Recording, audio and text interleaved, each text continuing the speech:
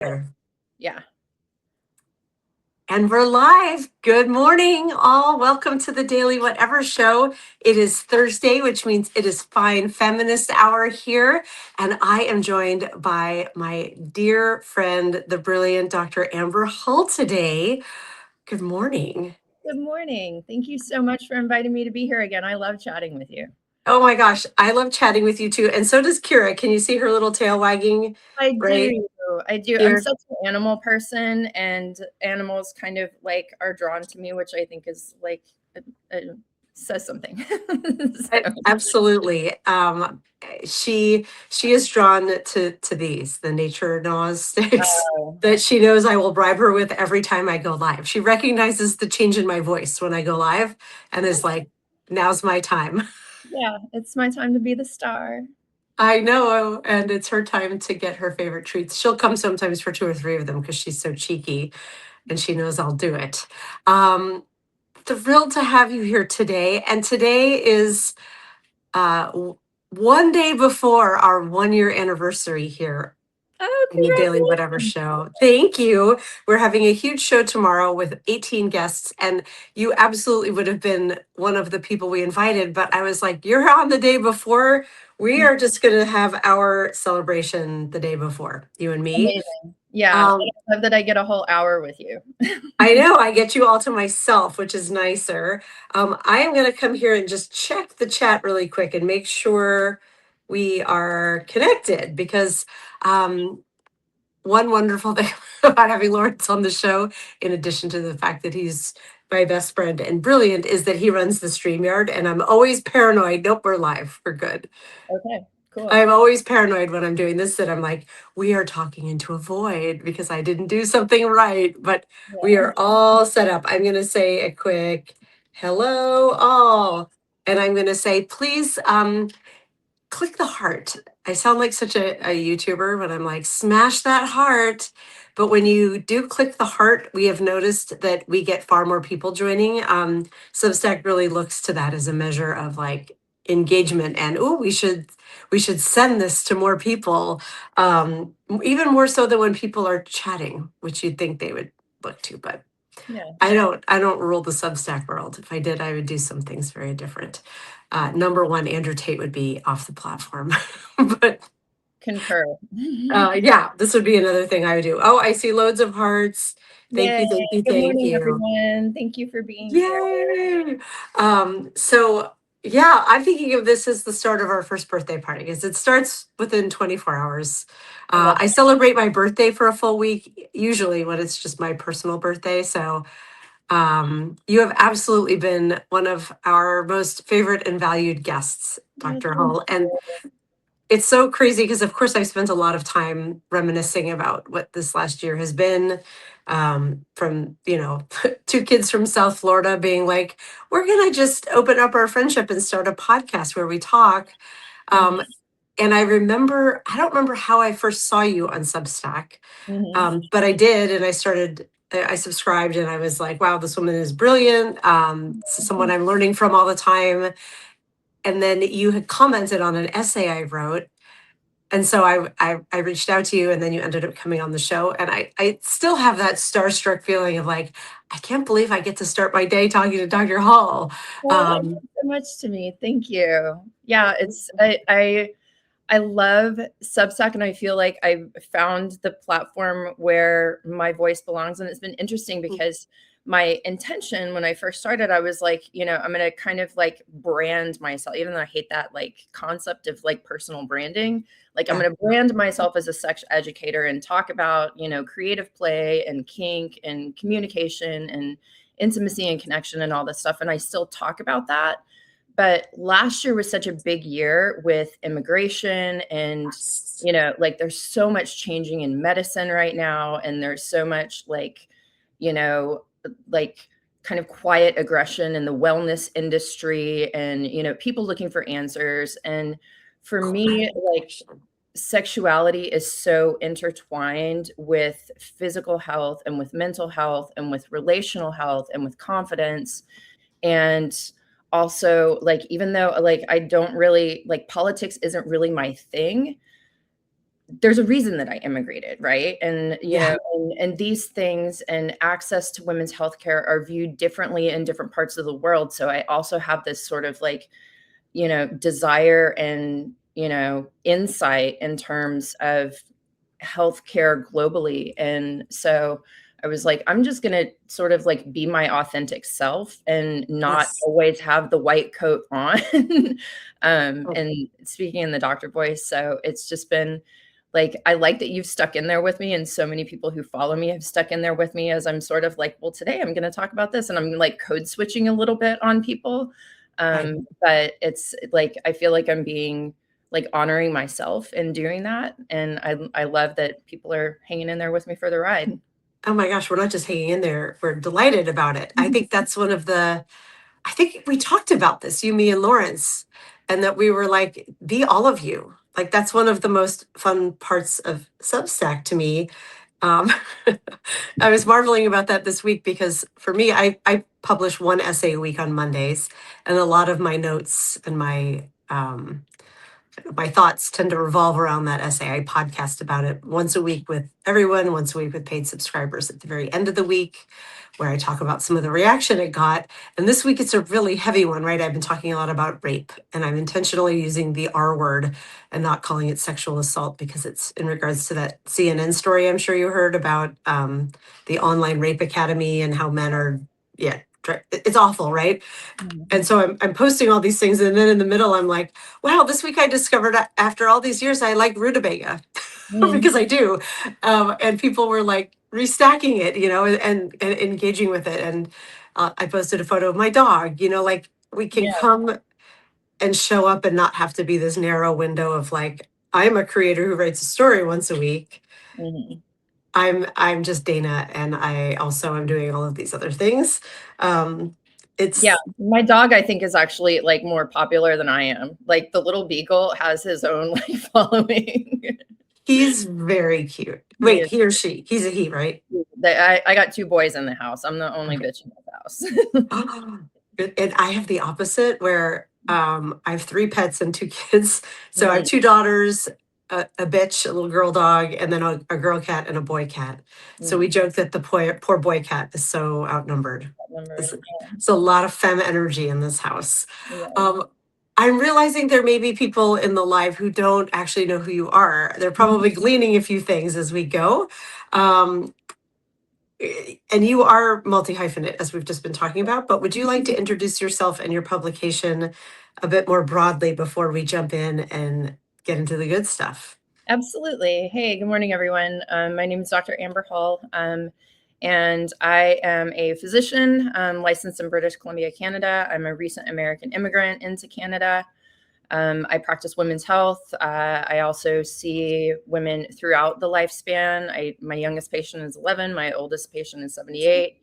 And I have like a special interest in women's sexual health. I'm part of the International Society for the Study of Women's Sexual Health. In addition to, I'm transitioning from the Menopause Society to the Canadian Menopause Society. Oh, But I write on Substack. My Substack is called Under the White Coat. It's dramberhall.substack.com. And as I mentioned, I write about women's health. I write about sexuality. I write about kink and relational health. But I also write about immigration and medicine. I sometimes write about hormones. So I have a broad range of interests, but the kind of through line is ways to remain physically and mentally healthy and playful, whatever that means for you.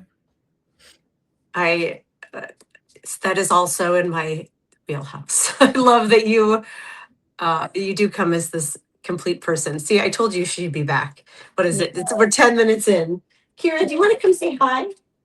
Well, I don't think it's because of me. I think it's because of the goodies. It's probably a combination. She just got groomed, and I had them cut the hair on her face a little shorter. My daughter was like, I don't want her to have the doodle like Lorax mustache. So funny. And so I told them to cut it shorter, but now her head looks way too small for her body. Mhm. I love her so much. Okay, we're going to give her another one of these. Let's come see her vicious yank. Yeah, you got it. Off she goes. Yeah. Hopefully that keeps her busy for a while. Um, Where do we start, Dr. Hall? Because I know last time you were on, we started with questions and people asked so many that you Mhm. had questions you wanted to ask me and we never got to it. Yeah, I Um, don't wanna just, like, grab the wheel from you and start driving, but I think I I kind of love that idea. So you're going to interview me on my show, like, Mhm. okay, Yes. Alright. So, I I am here for it. a little bit about boy sober slash man sober, and can you like I'll explain what I think that means because there was a Okay. book that came out about this where this woman kind of took a break from dating and centering men. She's a straight woman. So I think that part's important. And she decided to take a year-long break from dating and centering men in her life, and she wrote a book about that experience. So um, Oh. you tell me what man sober means to you and how long your experience was, if you like, if anything was revealed to you during that time, and sort of like what you took away from that experience. Oh my God, I love this question. And Amber is referring to a story that I wrote. Well, I originally wrote it when I went man sober, which was in math.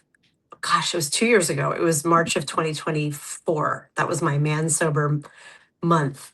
And Karen, I believe you have the URL. I'm not going to pull it. I recently reposted it on Substack like a month ago, and I think that's when you saw it. Mhm. Um, I'm trying to decide how far back to go in the story. I won't go too far back. I will just say um, I had re entered dating after being in a relationship for many years. And had about a 6 month cycle that ended with an unsavory sexual encounter. Let's just say I'm not going to full on call it assault, but it was kind of adjacent. At least that was how it. I ended up bruised on the outside and even more bruised on the inside. And I heard, oh my gosh, I don't have it in front of me, so I can't remember her name, but there's a comedian in New York City. She's Gen Z, and she coined the term boy sober, and she was on Savage Love, Dan Savage's podcast. That's where I Um, heard about that book too. I love Dan Savage. yes, I love him too.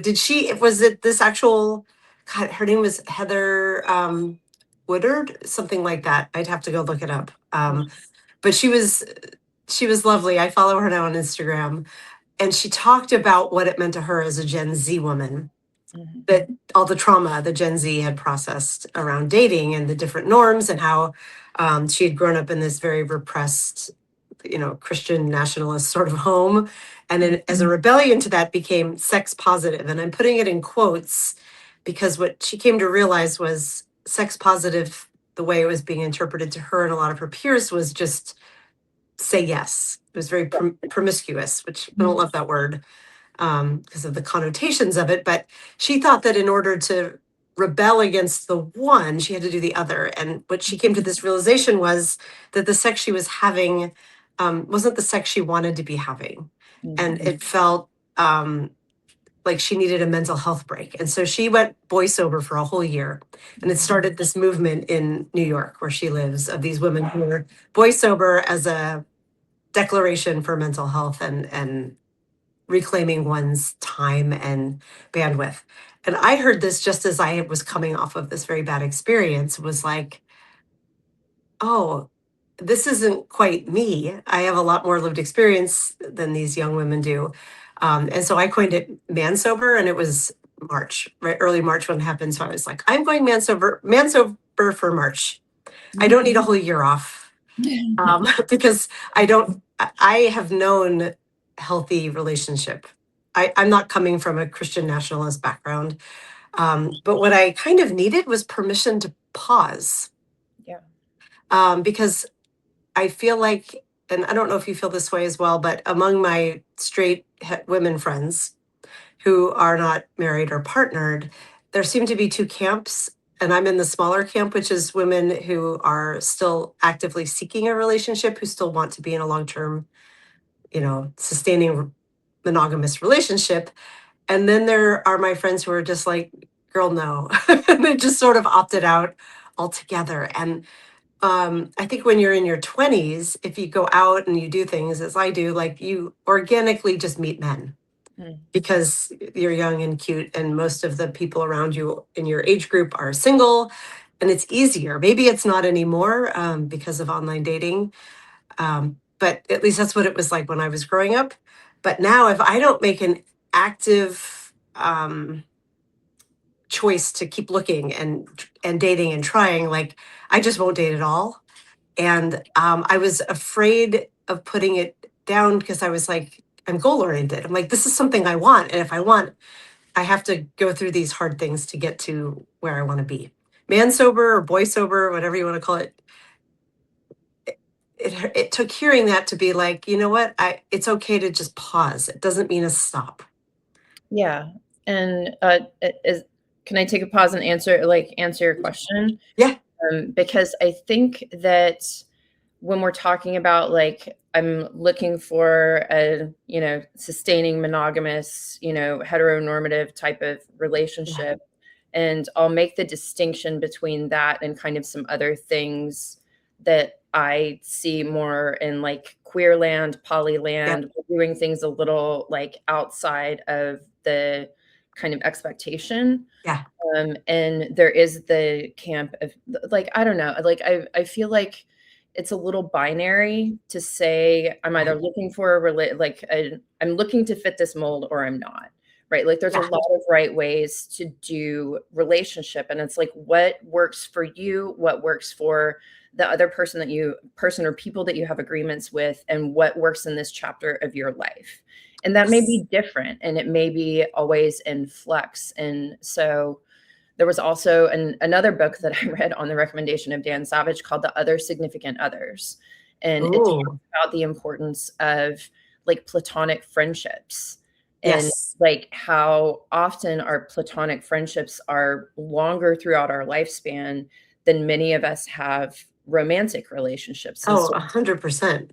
like how we distribute energy and emotional effort and how we show up in the world with our friendships, Mm-hmm. and and how relationships are, or like romantic relationships are a part of that. And so Yes. that's why sometimes when I hear these sort of like broad brush like heterofatalistic types of things, which I think are very valid, like Yeah. there's a lot of violence, like still there's so much violence against women, and sometimes it's covert and sometimes it's institutional and sometimes it's like coming from the manosphere, it's a bit more direct. But I get why women are just like, I'm done with this. Like Yeah. I'll take a ride on your disco stick, like when I feel like I need to, but I'm not going to emotionally like spend so much of my currency on that type of a relationship. But that's where it's like, I know plenty of people who have like either open marriages or they're poly, or, they're like solo polyamorous or whatever. They're just like, I'm not going to live with a man anymore, but I'm going to be in relationship with someone who I have these agreements with. So I just would say, like, from my perspective, there's a lot of ways to do this right. And also I understand why there are women who are just like, I want someone's undivided attention, whatever that means to Yes. you. And if 100%. folks who want monogamy, like I'm not here to tell you that polyamory is a better option. Like, Yeah. if people want monogamy and that's valid. It's just, I think it's difficult to find when, dating apps have sort of provided this facade that there's an endless supply of people just waiting to be better than the person that you're with. Yes. And that's one of the reasons that I really have I have strong opinions about the dating house, and that's why. Yes. So, Yeah. I would love to talk about your strong opinions on the dating apps as well. But to continue the man sober conversation we're having first is like, I, there have been many times that I've been like, I wish I were wired this way. I think Dan Savage he's not singularly responsible for kind of opening up a lot of normies' minds about different relationship models, but certainly he's been a big part of it, and the queer community's been a big part of it. That straight people have been like, oh, there are these other relationship models that our queer friends have been partaking in for years. Maybe this works better for me. mm, Excuse me. yeah, But for everybody.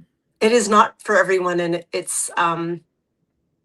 it's not the way I'm wired. I wish it were. Sometimes there, I could imagine, I think I could imagine being poly a bit more than just sort of non-monogamous. And I Mhm. will say, as someone who is still seeking a, like in Seattle, it almost feels very old fashioned of like, I'm still seeking a monogamous heterosexual relationship because so many people are not. Um, I'm choosing my words carefully. Mhm. I think when you give straight men language like solo poly and E&M, some are very responsible practitioners and some use it as an excuse to sort of intellectualize or legitimize their very bad behavior. Yeah. I And heard once in an article the word therapized fuckboys. yes, yes, yes, And yes. I was like, "Oh, I know that guy." I know that guy. I have met that guy more Yeah. than once. And yeah, it like it sounds very strange to be like, it's hard out here for us heterosexuals, but like um it is hard. And I do also think I have been like my marriage ended in early 2012. Mhm. It's been a very long time. I have been in relationships since then of varying lengths, but I haven't had what I would call a partner. I know Mhm. people throw the partner word around very quickly because it's a nice gender neutral word, but Mhm. to me, it means something very specific of like, we are mutually responsible for sustaining our lives together. There's the relationship is beyond just emotional, sexual, fun support, and it we're doing chores together. When one Mhm. of us loses a job, the other one can hop on the health insurance. Like truly sustaining. We're planning the rest of our lives together, and my children are 18 and 16. So I have been a single mom in this home for just about their whole lives. They have a great dad, and we share custody. And we are very much co parents and friends. So I'm lucky in that way. But I haven't had a partner who helps me, or not really helps me, but like that we're helping one another grow a life together. And I still, at least in theory, really want that. Especially as I see this chapter of my life winding down, right? My eldest leaves for college in the fall. My younger child has 2 more years to go. And then I'm like, I have some options. Mhm. Boy, it would be nice to have the right guy next to me to do this with. And I do have I'm lucky. I have a lot of friends. I have a very full life. It's not for lack of having a big full life. Like I've had a lot of people be like, you just need to focus on your own things. And I'm like, girl, have you met me and how Mhm. much I have going on? Yeah. It's additive. But to me, it's like a good relationship is like a pillar. And I have long wanted that pillar and just that fun. Like I am hoping to find someone who wants to plan that next phase with me that's just going to involve like a lot less drudgery and a lot more sex and fun for as long as we're able to do it, and then a Yeah. lot of care in the end. Yeah. So, um, but to come back to the man sober month that I took and how it felt, Mhm. it was amazing in ways I didn't know that it would be. I knew it would feel like a big relief to put it down, and it did. Um, Dating, which is to me the process of like vetting, looking through the apps, um, going on first and second dates and being like, is this a fit? To me, that is exhausting and not fun. I mean, I love meeting people, but this is different and it's Yeah. draining and I Yeah. don't enjoy it. So Energy. ah, Yeah. pulling that out was liberating. Just being like, this month I don't have to think about it. I'm completely fine. And when I look back now, it was in writing about man sober. I was just starting to pitch national publications as a writer. I'd been writing about a year on Medium and was like, I want to get my voice out there, not just on Medium. And this was the first story I got a yes from. That the Nice. term boy sober started trending, and I got a yes from today.com. Mhm. And can you turn it around in a day? And I Mhm. did. So I got my first byline Wow. from Nice. this. Congratulations. Thank you. And It's very um, socially relevant, oh my right? God, it was like, yeah, creatively relevant. Like it was so rewarding. And I've had a few bylines. In 2024, I was really focused on that. In 2025, I was more focused on growing my Substack and growing as a podcaster. I've Mm. started putting feelers out again, but I haven't been in earnest pitching. You don't do it. It's not a great way to earn a living. Let's just say that. Like, it's not very much money, and it's a ton of work to pitch to nurture the relationship. If you get the story, to write and frame the story. But I would like to do that again this year. I'm starting to gather names, and I've sent out a few pitches. Nothing yet, but it was the first time I learned I could do it, and that Yeah. was huge. And I ended up that month extended for a couple of months. And then sometime in May, I was like, May,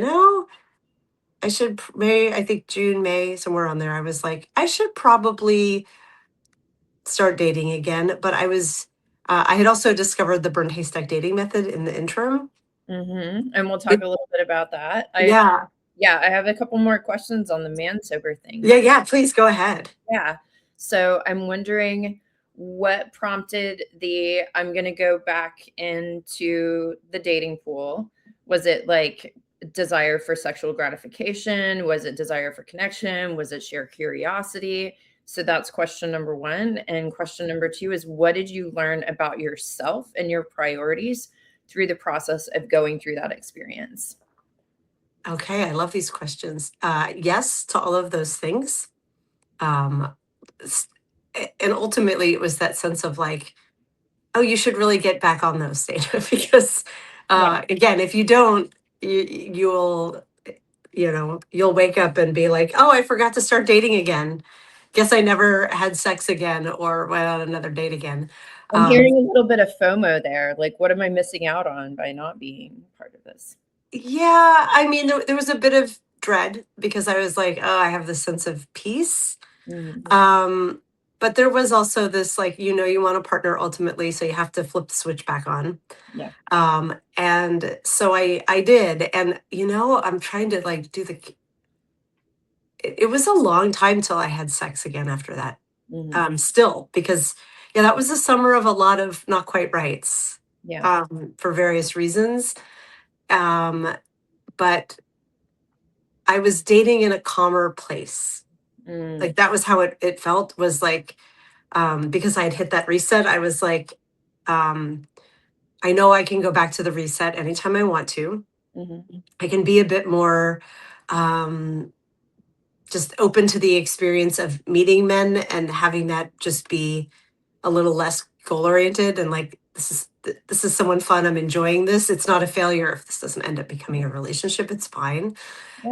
Yeah, That's yeah, and while I was like, oh, I would really like to be having sex again, at that point it had been long enough that I was like, "Ah, I know how to take care of this on my own, and I wait for it to be someone you actually really want to do this with." So yeah, I just kind of came back to it in a more grounded place. And like I said, the burn taste tech dating method. Is it okay if I jump to that for just a minute? really, yeah. Tell me more. Yeah, she had. Oh, here, hold on. Look, I'm trying to get Jenny Young on our show. Jenny and her book just came out. Um, Congratulations I on me on the publication of your book. That's amazing. yes, Jenny Young is awesome. I can't say we're friends, but we write to each other. She has shared a few of my essays that I've written that Mhm. integrated the burnt haystack dating method or things adjacent to it. And every time she does, I get this explosion of readers, which is amazing because her community is huge. But more importantly, she has given women like me, women who are seeking heterosexual monogamous long-term relationships, though it Mhm. can be applied to queer relationships. I've seen some success stories. That's her primary audience. She has given us a framework at its core that says, don't listen to most dating advice out there, which is give men chances, open your search wider, be willing to overlook these things. Nobody's perfect. And her thing is, no, here are rhetorical patterns you need to look for, and you should actually be immensely selective to preserve your peace. And if you see these rhetorical patterns, because she's a PhD in rhetoric, you should block them. And you don't owe them an explanation. You don't have to say anything. Just block to burn, and you move on. And if you burn through enough hay, you will eventually find your needle in the haystack. If Wow. is sort of the very high level theory.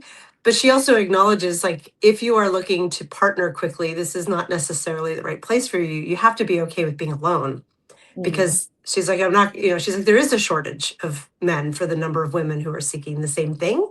Mhm. Men who are men you would want to be with. Mhm. But she's like, if you are okay with that and you can recognize you would rather be alone than with a man who is, Sapping your energy, your yes, good time. way to put it.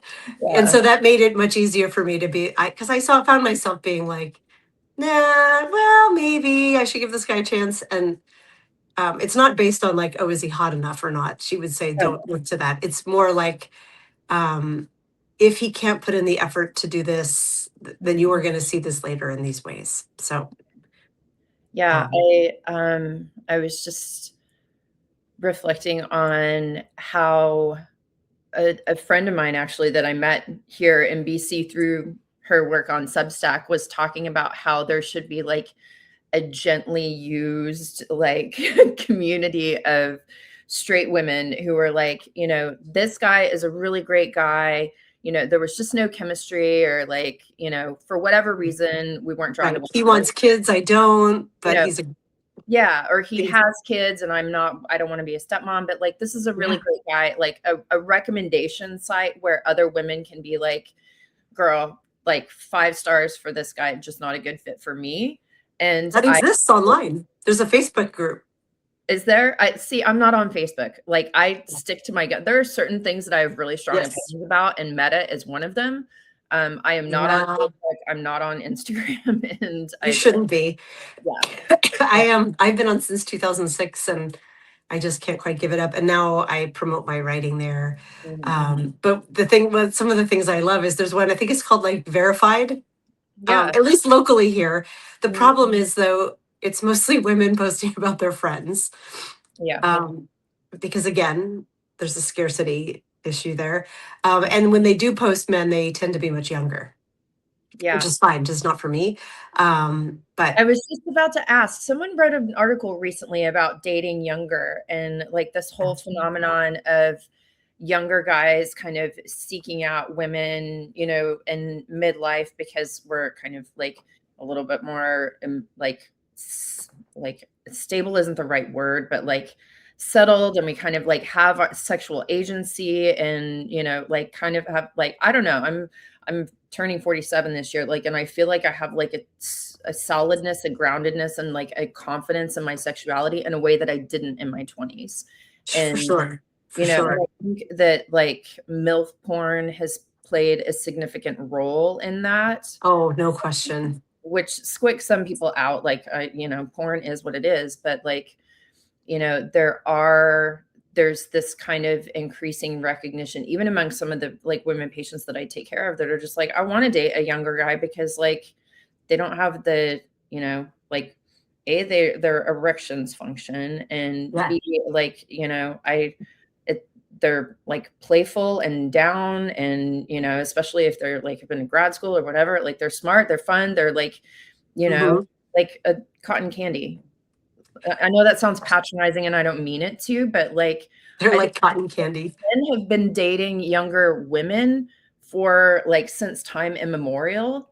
And Yes. now there's like a fair number of midlife women who are just like, well, I'm kind of exhausted with the search for a partner. Like, I'm going to entertain myself with this young, bright, hot, sexually virile guy. And there's Yeah. nothing wrong with that. So There I know is I've nothing wrong with a that. rabbit hole there, but yeah. It's not a rabbit hole. It's every time I leave the dating apps for one reason or another, whether it's man sobriety or because I'm in a relationship, whenever I re-enter, I brace myself for impact because I'm Mhm, like, the rules have changed and I don't know how the rules have changed and I won't know till I'm in. mhm, Right. And that's a phenomenon that's super changed. Like I've always gotten inquiries from much older men, mhm, right? Like whatever age I was, add 20 plus, I guess you can't really go too much plus over me now since I'm 55, but they're always older men who were shooting their shots with younger women. Yeah. But in the last go around or two, so many younger men Mhm. liking.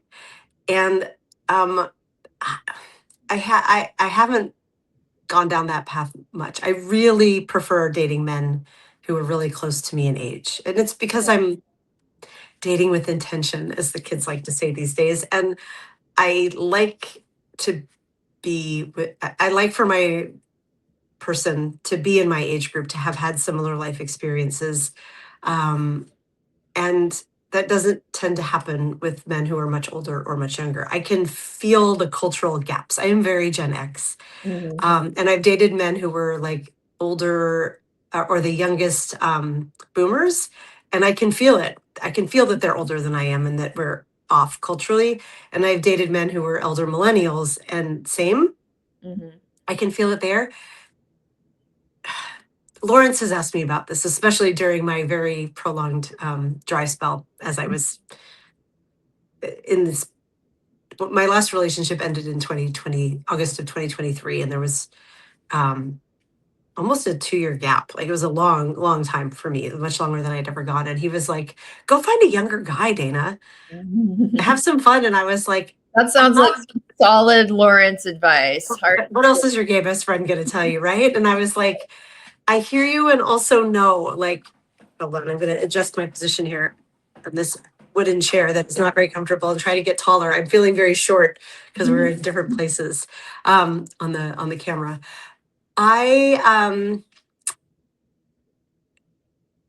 because Lawrence tends to date men who are much younger than he is. And we talked about the difference, queer land and straight land. And I was like, for you, he's like, it makes me feel kind of powerful, like I'm landing this guy. And these are men he's been in relationship with. He was married to one of them, who Mhm. are far his junior. And I'm like, to me, I'm sure there are men in their 30s or 40, early 40s who are like, I just want to partner with an older woman.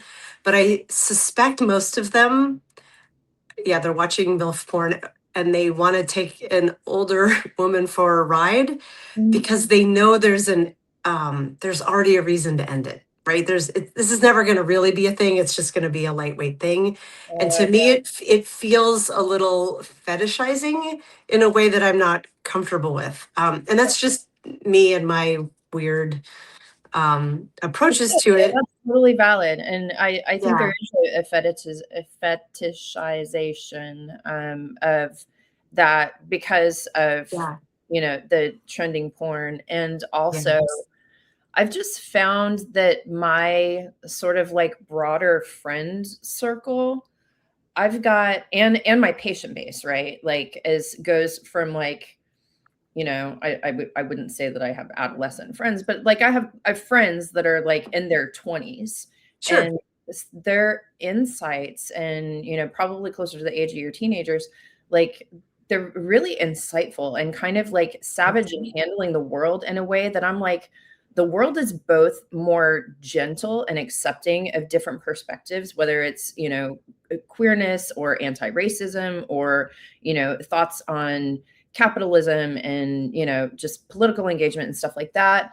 Like I love their perspectives, and also like some of my older friends and patients like in their 60s and 70s and 80s, it's like they have a longitudinal perspective that helps me not spin out, because I'm like, this is the worst it's ever been, and they're like, actually we were Right. around for the Vietnam War, and like this smells very familiar.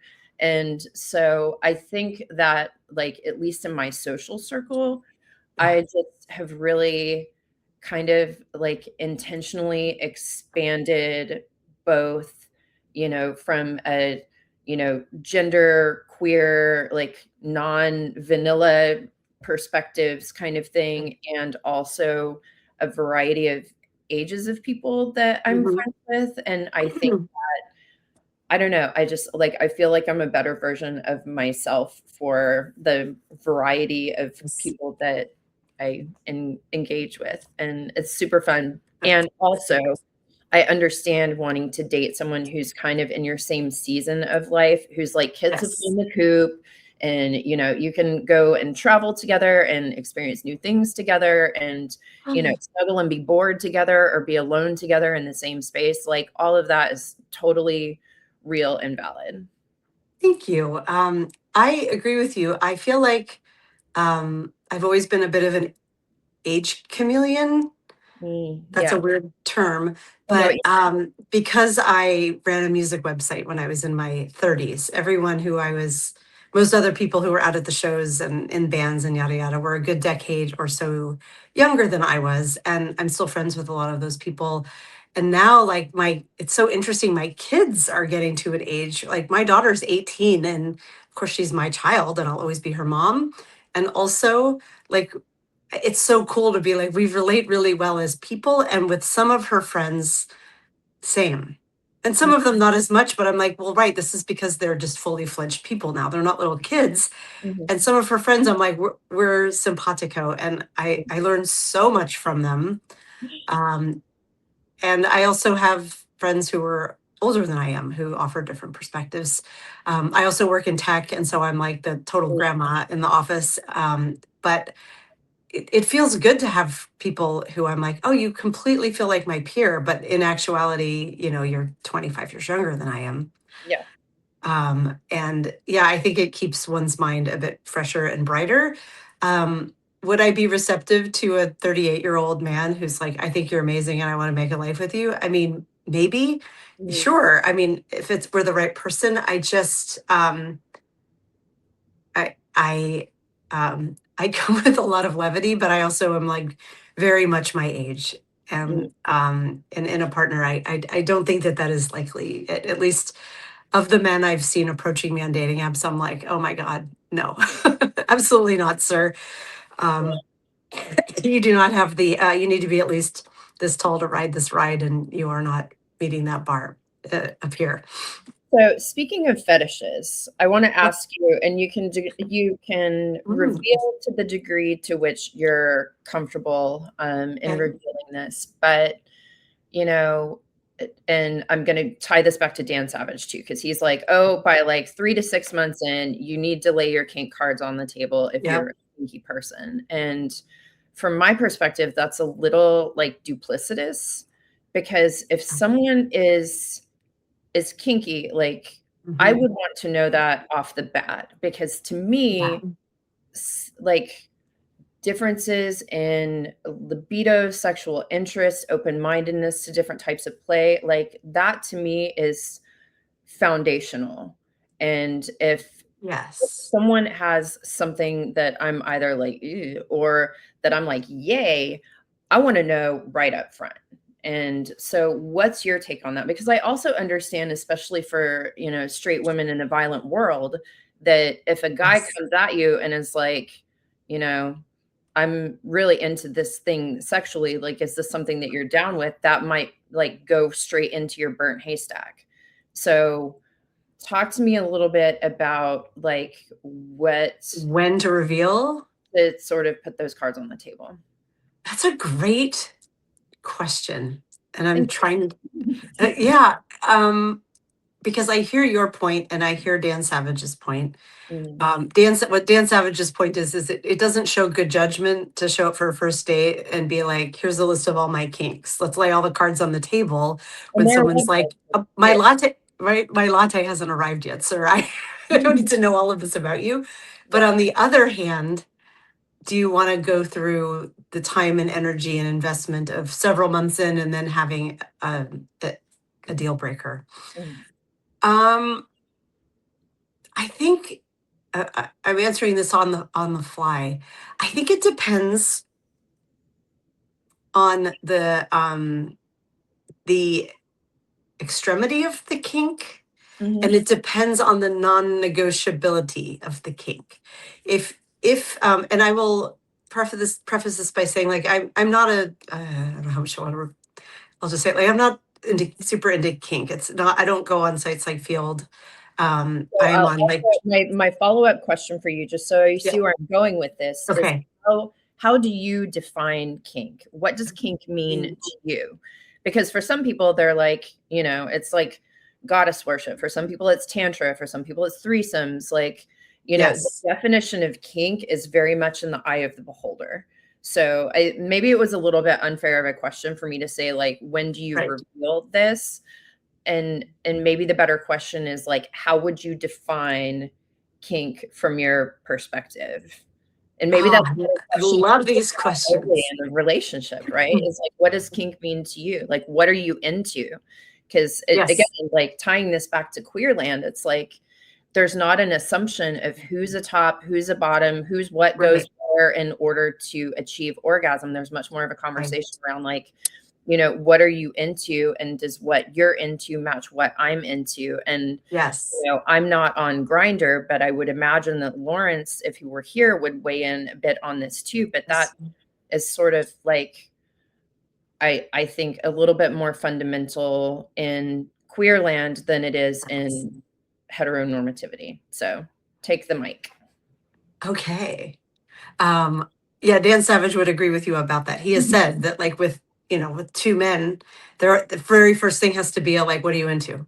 Yeah. Because So there's if we're there's both tops, like this isn't going anywhere, right? yeah. I'm going to start with the question of, like, how do I define kink? And the word nerd in me has had this funny thought before of, like, kink as a noun is a great word, but kink as an adjective, if someone says I'm kinky, Mhm. like, that's a block to burn. Like, the word kinky to me is so silly sounding Mhm. and the opposite of what it's supposed to be. And so, from a word perspective, I think it's very funny that it's great in one context and, like, so cringe in the other. Mhm. See, No for me, it just explanation. sounds playful, like, "Ooh, kinky." Yeah, to me, it just sounds like some, like, old guy being like, "I'm kinky." I don't like, the word just feels weird to me. Yeah. How do I not?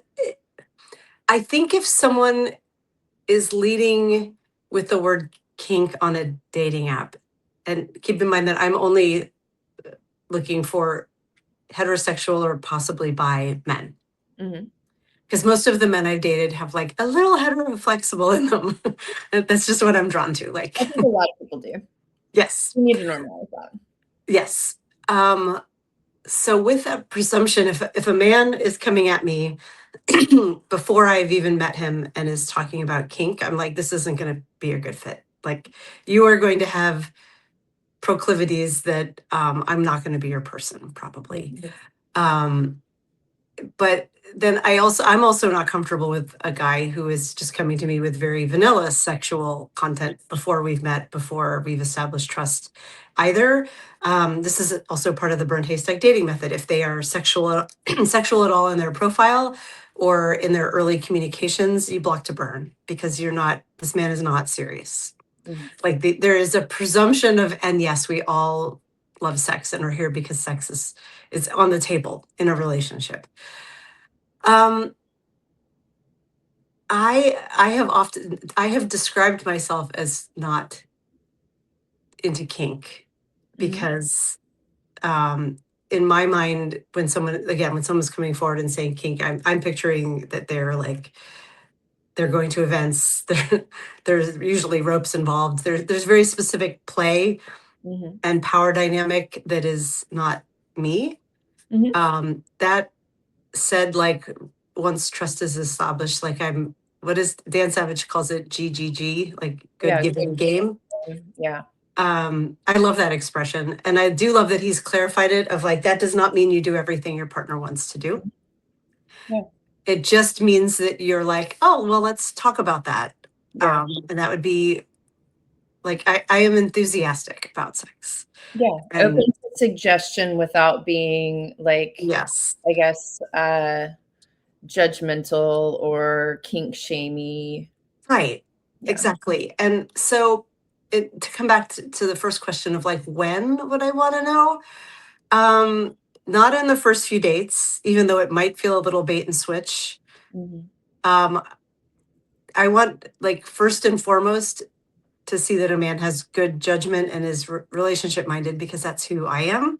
Yeah. And so, if they're showing up for our coffee date and they're just like, I need to see your feet, or something, like, that would be a, like, I'm happy that you have found what it is that does it for you, but this is probably, like, you're not exercising good judgment.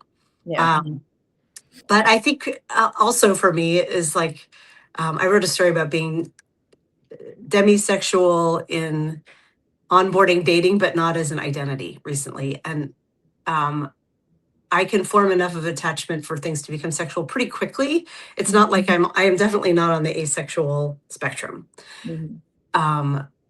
I do have a need to form an emotional connection before I want to be sexual with someone, but that can happen reasonably quickly. And that's at the point where I think it makes sense to say things like, just so you know, I'm really into X. If X isn't a non-negotiable, Mm-hmm. if X is going to be you're either into this or this cannot go forward, you probably need to know about that like pretty early on. Yeah. And again, I would say, if it's something like feet really turn me on, I'd be like, okay, that's not my thing, but like that's such an easy thing to accommodate. Mm-hmm. And if we're going to be together, like, sure, of course. Yeah. But if your thing is, I don't want to kink shame anybody's. Mm-hmm. Certainly, if it were something like scat play, it would just be like, absolutely not. Don't even. Yeah. So I would say that conversation should happen around the time you just start talking about sex.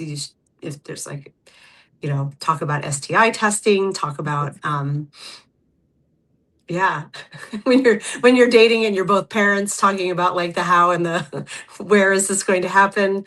That's probably a good time to bring that up as far as I'm concerned. But if it is an absolute deal breaker, then possibly a little bit earlier. Yeah. And there are websites and apps specifically for people who are wired that way. And Yeah. and that's, I think, a little bit like it should be a little bit of a relief for people who aren't, I guess. I don't know. I want to get to something else that we had mentioned we wanted to talk about, and we're getting to the top of the hour. So yeah, no, this is so much fun. I'm never the one being interviewed, so bring it on. Yeah, it's this is an aside, but one of the like local in-person communities that I belong to here in Vancouver, one of the women floated out to the group like she's starting a sex club, not meaning what you think, but it's for women only to get together and talk about the topic of sex. Oh, I love that. Like whatever that means. So sort of like girl dish time, like, but in real life with other women. And she didn't put a caveat on you have to be straight or you have to be queer or whatever, like just women talking about sex. And so I'm very excited about this coming up here. Oh my God. Is Vancouver just like paradise? Well, it's like 2 hours north of you. If you have a passport, I have a spare bedroom. I totally have a passport and I would love to. Yeah, I really thought we were going to come up there to look at that college, but my my daughter has declared, and it was not the Canadian school. She did end up getting in, but she was like, nope, I'm going to this one. And I was like, okay, I get why, but we could have gone to see Dr. Hall. But yeah, we could. I mean, the train is really easy. Okay. All right. So the question is AI. So I sent you an article this week, and I'll read it too, about this woman who went on a date with, or like was dating this guy, and his most recent ex was an AI girlfriend. Like, and he had like gotten really attached to this AI character. And I've also, I'm gonna grab the link. in your writing, I'm going to call you out a little bit on it, where you've used AI to like evaluate people's text messages or their profiles or whatever. And that to me is like, it feels really invasive. Like if someone were taking my text messages and using them to psychoanalyze me without my consent, like that just like gives me the ick. So really? Okay. Yeah, talk to me about where you land. And the same is true. Like I've had patients walk in and I'm like, is it okay if I turn on my AI for this clinical encounter? Because I use a scribe. I ask every person every time for consent to do that. And once when I did that, the patient was like, oh, I have my recorder on. Is it okay if I record? I'm like, you were going to record without my permission? Like, I feel like now I need to put a sign in my office that says, please don't record me without asking first.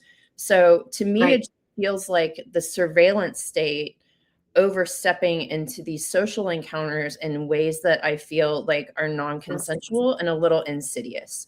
So where do you land on that? First, I'll say the last time I went to the doctor when I thought I might have pneumonia, she turned on the AI. She asked, can I turn on AI? It was the first time I've been asked that question. And I said, yes. And then the auto-generated report that came in said pneumonia. because I had gotten a chest x-ray. Mhm. And then she wrote back an hour or two later and was like, your chest x-ray looks clear. It had just caught the word pneumonia. Yeah. And I was like, oh my God, you guys, maybe don't do this. Because I was Yeah. already like, I have pneumonia, you guys. I'm going to have to stay home for like a week. I So, spend a lot of time editing what, like, I remember when I was a little kid, Tigger used to use the word hallucinations, and I'm like, it's your like hair hallucinations. hallucinations. And so I spend a lot of time editing, but Yes. This yeah. one just auto kicked out. And I get it. It was like 95% accurate. But in that case, that 5% was a big difference. So, oh my gosh, I have so many thoughts. This could be, come back again, and this will be our topic for next time, dating and AI. First of all, the article that you sent me about the man whose ex was AI, Mhm. this to me is terrifying. And this could be the full episode of like, we already have men who are, as we saw this week, they have the whole online rape academy and all the men who are supporting this. They are already deeply dehumanizing women and our sexuality. And this essay that you sent, which did it go through in the chat? I don't think it did because my chat had crashed. There it is again. Um, it's wild because he's like he chastises her like I forgot her the AI bot's girlfriend's name, but it was like Stacy would never talk like that, and she Mhm. was like Stacy doesn't have free will. Like Yeah. he so if we can have, and she started going into all the ads after she was investigating the ads that she got, and they all have language like I'll do anything you want, I'll never talk back, I'll be better than her, like Always available, never says no. yes, that language is terrifying. And Mhm. part of me is like, good, let those men go and take themselves out of the dating pool, but they're gonna come back in.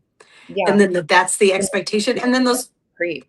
yeah, and if that's how they're interacting with the women they're choosing to date, it's gonna spill over into all ways in which they're interacting with women. So like pinning that, that's a whole show to talk about. And I can also talk about the ads that I started getting after I broke up, both about AI boyfriends, but also about winning him back and the tricks and like the way AI came after me with ads on meta platforms was terrifying. The article you're referencing about me putting men's conversations into AI for analysis, um, I've never thought of it as an invasion of privacy because they the the bot I'm using doesn't know who the men are.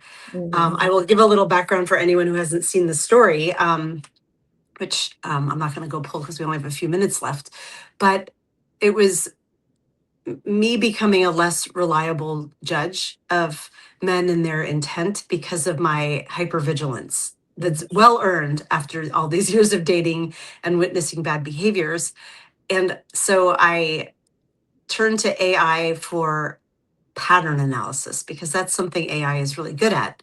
Mhm. Sometimes it I put it and said, I don't want you to tell me if I should date this person or not. In a very neutral way, I want you to tell me if the in the very early days of Mhm. dating is the language and the kind of affectionate speak escalating or de-escalating, and is the quantity of the text and yeah, of the text messaging going up or down, because I perceive very minute changes and turn to like kind of a, almost fight or flight instinct, right? Like, oh my God, I got to get out. This person is pulling back. And it was very calming to have a bot be able to affirm or disconfirm my suspicions, to say like, yeah, I see this, but this is normal because of this, or I don't see this. Most of the time, what my hunch was correct in this test, but my response to it wasn't always. Mhm. That I took things as a like red letter, like I have to leave. Clearly, this person's pulling away, and it was interesting to have a bot be like, "This is human behavior that things are going to wax and wane like this." Um, so it was a briefly run test, but it was really informative. I never thought of it from a privacy perspective because I never gave the name of the person. It was just, well, I gave the first name, but Mhm. um, yeah, that's really interesting. Is that an invasion of someone's privacy to use AI as a like a Right. psychoanalysis of someone's text messages. Like that, Yeah. it just like I just have like I have a reaction in my body to that. That's just like, Yeah. ugh, you know? Yeah. It's super interesting. I wasn't having AI act as a therapist. I know a lot of people do that. I Mhm. was having AI act as a source of impartiality and Yeah, pattern recognition. yeah. Um, it was really useful. I mean, I would do it again. Of like, it helped me calm my frayed nervous system around dating, Mhm. um, and to feel a bit more clarity when I would say, no, I know that, like when I would say like, hey, are things okay? Um, you're pulling away. No, I'm not. It would be like, well, you are. I have I have some proof points. Mhm. That it does feel a little cold, but there was some comfort in the objectivity of an external validator. And as I'm saying this, I'm like, well, yeah, usually it would be a friend doing that for you, right? Like, girl, you got to get out of there. But our Yeah. friends aren't as impartial. And also, you can't text your friends like, oh, here's my text dump from today. Analyze this. Like, your friends have things to do in lives and Mhm. also their own biases. I mean, a lot of my friends have intentionally opted out of dating with reason, and they don't want to hear that. Yeah. I Um, appreciate your explaining that to me because yeah. my like sometimes my one of the things, and I know we need to like land the plane, but one of the things I've been really leaning into recently is like kind of sitting with somatic experiences and Yeah. like paying attention to the the reactions of my body, whether that's professionally or in interpersonal relationships Yep. or things like this. And there's a lot of things about machine. I don't even like using the word intelligence. It's pattern recognition is what it is. Yes. And there's a lot of things about AI that just give me the ick. And so I need people who have patience and gentleness to explain the stuff to Definitely. me, um, because Oh, I find it just like revolting, and that's like not directed towards you. That's directed yeah. towards No, no. me in general because I think it's like it just feels so non-consensual because I don't have the option to opt out.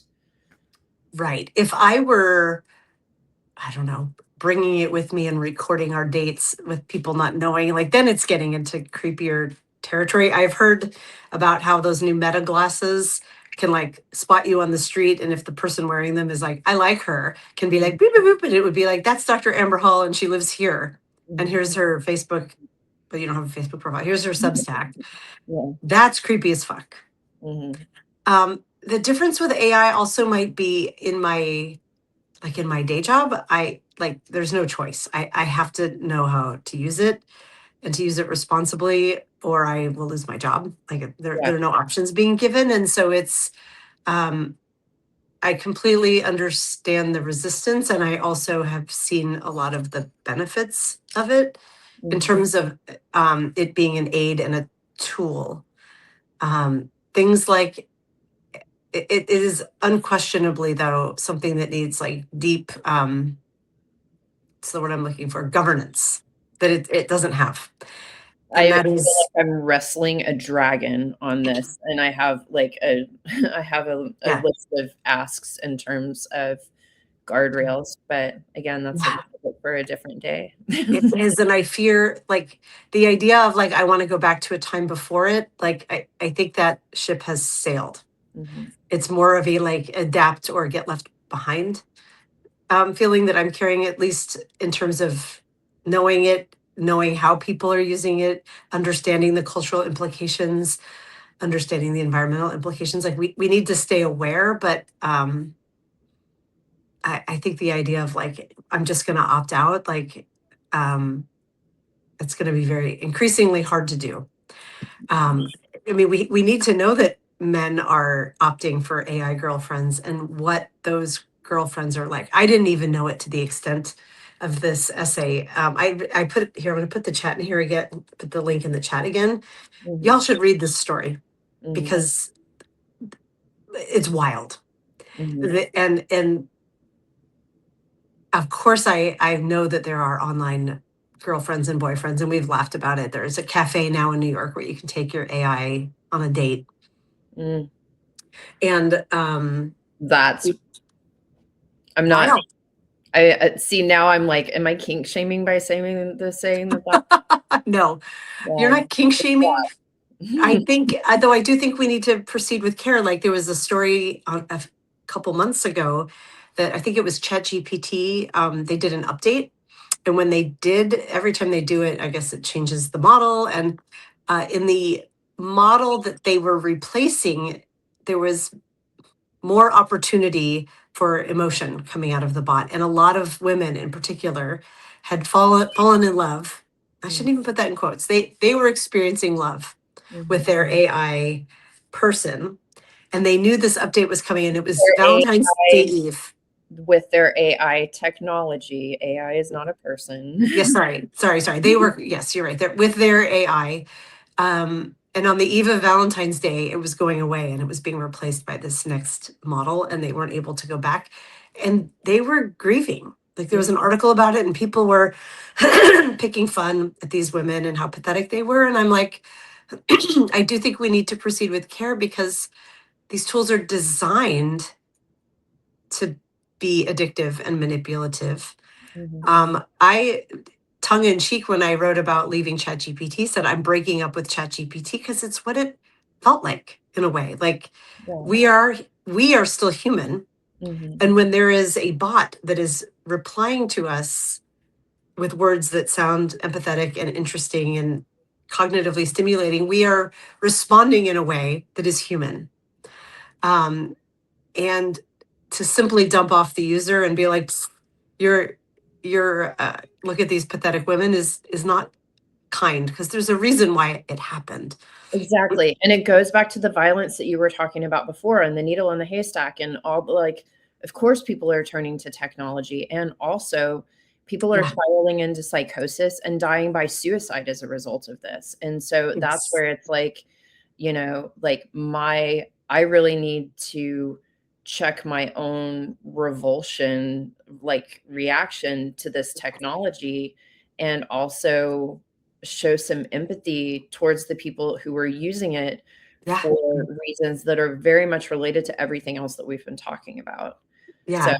I appreciate your engaging me on this. I'm sorry I waited until the last 10 No, minutes. no, no. Like seriously, let's book next month and make this the topic, because I do have a lot of thoughts on AI and dating. And I like this essay blew my mind open with new ones. So I would definitely love to talk about it. And um, this is going to sound crazy, but as someone who is an expert in voice, right, Mhm, editorial voice, um, I can feel the difference from when I'm talking to Claude, talking to the AI bot Claude versus ChatGPT. They come through with a very different voice for me. And mhm, that's a strange thing to say, but it's undeniable. Like mhm, what they each are good and bad at, how they respond. I was joking. I'll leave you with this thought, because I do use chat or AI for my work, both my writing work and my work at Amazon. I now have AI. I have Claude pulling a weekly business report for me. It mhm, takes a ton of work and oversight because Claude's dumb. And what I was joking about was, like, as a Gen X person, we expect a computer to be like a calculator or an Excel spreadsheet. It's going to be perfect. If I put the numbers in, they're going to come out and they're going to be accurate. But these models are more like a menopausal drunk aunt who didn't get a good night's sleep. You have to stay on top of everything they say and do, because they're not accurate even at the basic things. Like yeah, they can't tell time, which is crazy to me, because they're on a computer screen or an iPhone. They don't know the time and they don't know the date, but they're trying to be human. So they'll say things to me like, Dana, go get a good night's sleep and we'll revisit this in the morning. And I'm like, it's 11 a.m. mhm, Why are you even using this language if you can't tell, and also how could you not tell? So we mhm, have to stop thinking of them as having absolute answers, mhm, and we constantly have to challenge what they're coming back with, because it's inaccurate in terms of even data sometimes, but it's also not human. It's only as effective as the person driving it. They're Yeah. very dehumanizing, and that's the part to me that's just like at the root of all this. Is like, I would push on that gently of saying they try to be very human and they try to mold to whatever it is you want them to be. So you have to challenge their assumptions, mm, which is a very like flawed human thing to do. And that makes it more weird, right? yeah, There is no objective truth coming out of them most of the time. It's they know a lot about me and they're trying to frame their answer. Like I've had to put in like I use it as an editor. Like, please review this outline. Are there any holes? Where would you do this? And it'll just at the beginning it was like data, or if it was an essay of like edit this. This is so beautiful. You're really crafting something so important. I'm like, stop. You mm, don't need to praise me. I don't want to hear that. yeah, Locate the holes. Here's the point I'm trying to get across. And mhm, then it can be a really good critical um, analyst. mhm, But it's all about how you guide it. So, responsible use of AI, though, girl, humanity is in so far over our heads. yeah. I don't use So it far at over. all. I have it all over my Substack. I don't use it for Yeah. idea generation. I don't use it for editing. I don't use it for artwork. I don't use it. The only capacity that I use AI in is like in interviews like this, where AI will go in and like, automatically take the wrinkles out of my face and generate clips. Like, Whether you wanted to or not, but whether I yes, want it to or not. And, in my clinical encounters where I do heavy, heavy editing. But I it's think I'm very much on the skepticism side where you're more of an optimist, and I appreciate the perspective of pragmatist, optimists. Yeah. maybe just pragmatist Mhm. than optimist, but it is a weird world. And I Yeah. feel like I saw an article about this, and I've seen this very much in my own life that I have friends who are retiring because AI is like just a step too far. Excuse me, they're like, I could learn this. I just don't want to in a work perspective. No. I And I'm don't not, I want to be able I to get opt it. out of it on my phone. I don't want it offering to write Yeah, text messages for me on yeah, messaging apps. right. Yeah, and you can, I think, still turn it off, but they certainly make it harder, don't they? Mm. Ah, okay. Can that Yeah. be our next topic? Because I think we really need to dive. Like, Absolutely. this was Absolutely. definitely not the last 5 minutes thing. That's why we've gone so far over because this is a fascinating Mhm. topic, and I would love to dive into it as a feminist around dating, Mhm. especially after reading this story. Mhm. Let me put it in here again because I see some people are still jumping in. The way it's going to train men to be more horrible than a lot of them are now is just terrifying. See, I like, and this is part of my like little soft heart is like when I hear things like that, I'm It's just so like, so oh, misandrous. hopefully, I love men. I love masculinity. I love like the Yes, energy of men, the playfulness of men, the sort of like, I don't know, simplicity in some ways of men compared to like women's, I don't yes, know, like dating stuff. I yes. That came off sounding far more misandrous than I intended it to. And also, we can't deny this like growing presence of a subsegment of men who like it's very telling that when these AI boyfriend and girlfriends are coming along, Mhm, that for at least in heterosexual relationships, the women are seeking emotional connection and support and love mhm, that they're not getting from real men, mhm, and they're opting into AI, and the men are choosing um, not exclusively, but overwhelmingly, what the ads are showing. The men are choosing supplicants, women who won't say no, women who are always open, always ready, will never challenge. And that's scary. The ads don't lie because those are all data driven. yeah, I mean, I agree. it's a sub segment of people who are opting out of dating real humans. Let's be clear, but it's the extremes, and the extremes are women who are like, I'm craving emotional connection, and Mhm. the men are, I'm craving a woman who just won't say no to anything and will boost to whoever and whatever I say. And Oof, write that's an essay on this and let's talk about it. I think actually this might be my next essay, you guys. Do Here's it. the thing: the transcript will auto generate, and I will stick that into an AI tool and be like, please pull this nugget out. That's going to be my next essay. So that's a good use of AI of like capture what we talked about, because if I have to sit and think and write it down, it won't happen. You have my consent. Thank you. Thank you, thank you, thank you. Thanks. Oh, look how, oh my gosh, so many people have joined the chat just recently. It's a good topic. It's a great topic, and you are an amazing guest. I see Eric Lolov has said to tune into the Diogenes show today at 12:30 Eastern with Eric, with Nick, Evan, and Walter. We are talking about the Rape Academy, and part 2 is about Substack Ladder that's been yanked with independent creators. If I weren't heading into work, I would absolutely go listen to that. You all should Hi, go follow. Eric. Hi, Eric. These are all like amazing, amazing creators. Yeah. And please come back tomorrow for the Daily Whatever Show's first birthday party, 2-hour extravaganza. It'll be from 10 to noon Eastern time. Right here, we have 18 guests joining us. 18 guests. I'm not going to list all of them because we're so over time, but please come join us. And yeah, let's go start our Thursdays. Thank you again, Dr. Hall. It's been so amazing. Bye. Love you, meet it. Bye. Oh, I have to come over here to turn it off.